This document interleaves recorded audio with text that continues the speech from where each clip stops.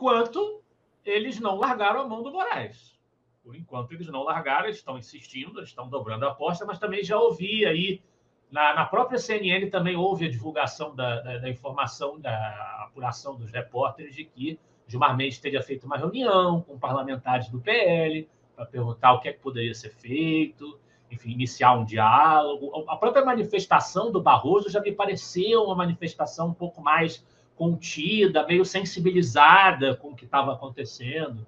Então, eu acho que existe um impacto que eles estão sentindo. E se as coisas continuarem numa crescente, e as informações também dão conta de que o Trump tem uma lista de uma escalada de sanções que poderiam ser impostas, se as coisas continuarem numa crescente, eles podem ser diretamente atingidos. Não está descartada a hipótese realmente de Barroso e Gilmar Mendes serem alvejados pela própria lei Magnitsky.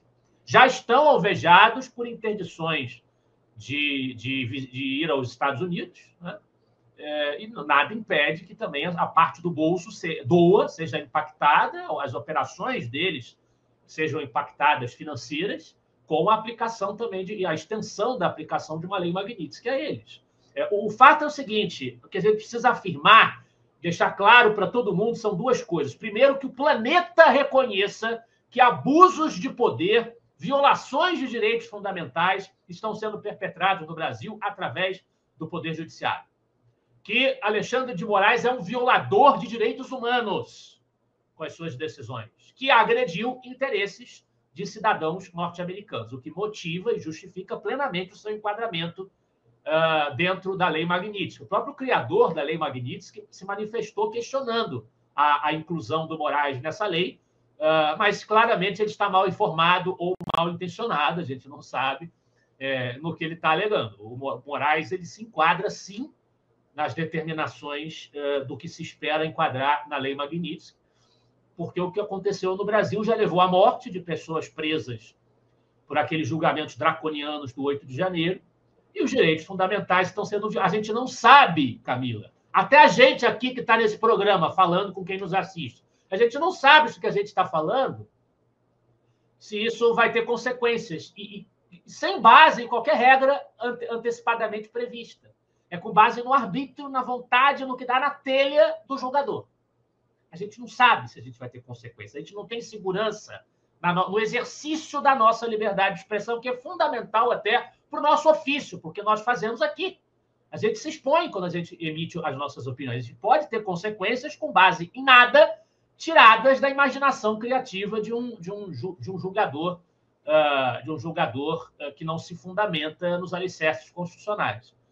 Então, é óbvio que existe uma situação anormal no Brasil e que é justo que esse tipo de movimento seja feito.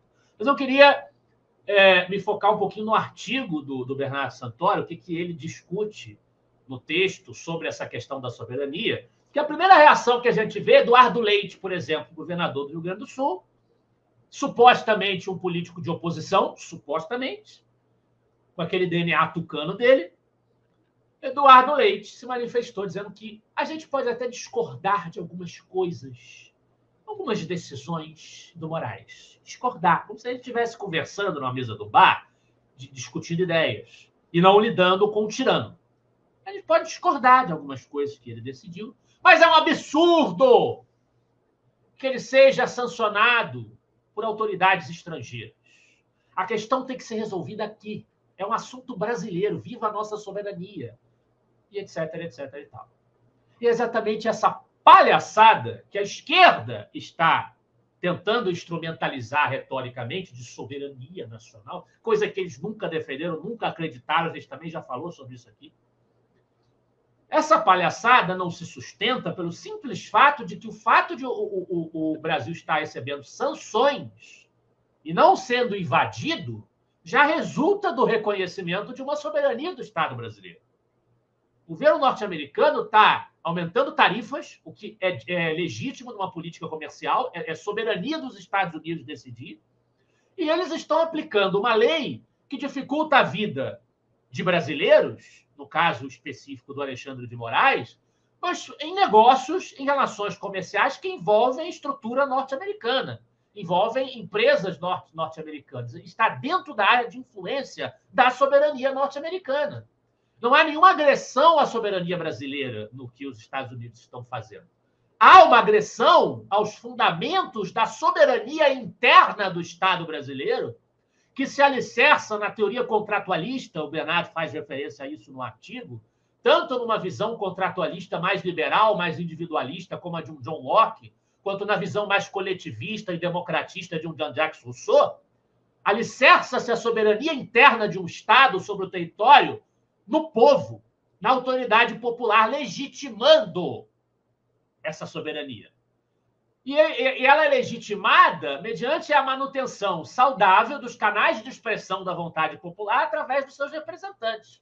Quando o poder judiciário brasileiro surrupia esses espaços, esses canais de expressão, e nós passamos a ser governados por esse consórcio autoritário, essas bases populares da nossa soberania estão minadas. Então, quem está agredindo soberania, de fato, é quem está aqui dentro destruindo a democracia brasileira. Os Estados Unidos, nada do que foi feito pelo governo Trump até agora, e com certeza nada do que será feito adiante, porque ninguém vislumbra a sério uma hipótese de tanques americanos sendo enviados para o Brasil, nada do que está no plano, do que está em discussão, viola a soberania brasileira, a autoridade do Estado brasileiro. Nada significa ocupação territorial ou desconhecimento da autonomia, da independência do Brasil. São medidas que estão dentro da órbita de influência da soberania norte-americana. Se elas afetam os interesses brasileiros, se elas nos prejudicam, se elas baqueiam a nossa economia, por assim dizer, isto se deve ao fato de que a soberania é sempre relativa e os países têm relações de dependência, sobretudo porque, pela sua história, pelas suas opções, pelas suas escolhas, pelos cenários geopolíticos em que esses países se desenvolveram, esses países ficam em situações mais frágeis. O Brasil não é uma potência como são os Estados Unidos e nós dependemos muito das nossas relações com os Estados Unidos. Paciência. Paciência, é um imperativo da realidade. Que o nosso governo e as nossas autoridades atuassem de maneira a reconhecer esse imperativo. A responsabilidade é deles.